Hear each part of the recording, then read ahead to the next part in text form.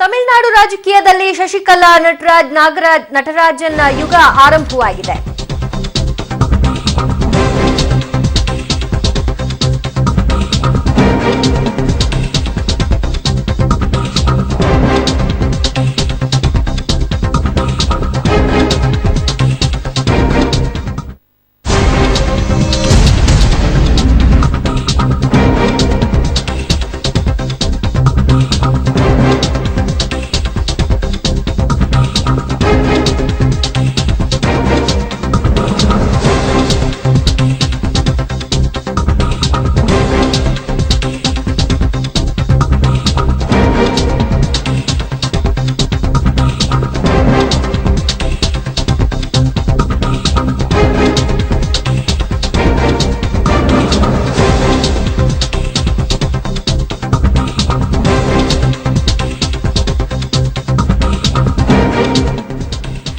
ತಮಿಳುನಾಡು ರಾಜಕೀಯದಲ್ಲಿ ಶಶಿಕಲಾ ನಟರಾಜನ್ ಯುಗ ಆರಂಭವಾಗಿದೆ. ತಮಿಳುನಾಡಿನ ಅಮ್ಮ ಜಯಲಲಿತಾ ಅವರ ಉತ್ತರಾಧಿಕಾರಿಯಾಗಿ ಚಿನ್ನಮ್ಮ ಶಶಿಕಲಾ ಆಯ್ಕೆಯಾಗಿದ್ದಾರೆ.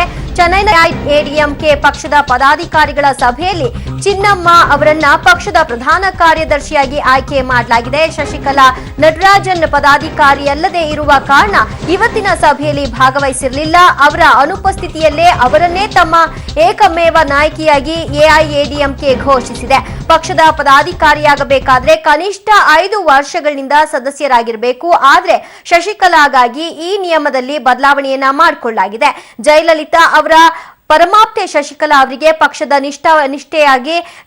ನಿಷ್ಠಾವಂತ ಕಾರ್ಯಕರ್ತೆ ಅನ್ನುವಂತಹ ಹಿನ್ನೆಲೆಯಲ್ಲಿ ಈ ಒಂದು ಅವರಿಗೆ ಕಾರ್ಯದರ್ಶಿಯ ಒಂದು ಪಟ್ಟವನ್ನ ಅಲಂಕರಿಸಲಾಗಿದೆ. ನಂತರ ಚೆನ್ನೈನಲ್ಲಿರುವಂತಹ ಪೋಯಸ್ ಗಾರ್ಡನ್ ಅಲ್ಲಿ ಶಶಿಕಲಾ ಅವರನ್ನ ಭೇಟಿಯಾಗಿ ಪನ್ನೀರ್ ಸೆಲ್ವಂ ನಿರ್ಣಯ ಪತ್ರವನ್ನ ಹಸ್ತಾಂತರ ಮಾಡಿದ್ದಾರೆ. ಬೆಳಗ್ಗೆ ಚೆನ್ನೈನಲ್ಲಿ ನಡೆದ ಸಭೆಯಲ್ಲಿ ದಿವಂಗತ ಜಯಲಲಿತಾಗೆ ಶ್ರದ್ಧಾಂಜಲಿ ಸಲ್ಲಿಕೆ ಮಾಡಲಾಯಿತು. ಭಾಷಣದ ವೇಳೆ ಸಿಎಂ ಪನ್ನೀರ್ ಸೆಲ್ವಂ ಅವರು 2 ಬಾರಿ ಕಣ್ಣೀರನ್ನ ಇಟ್ಟರು.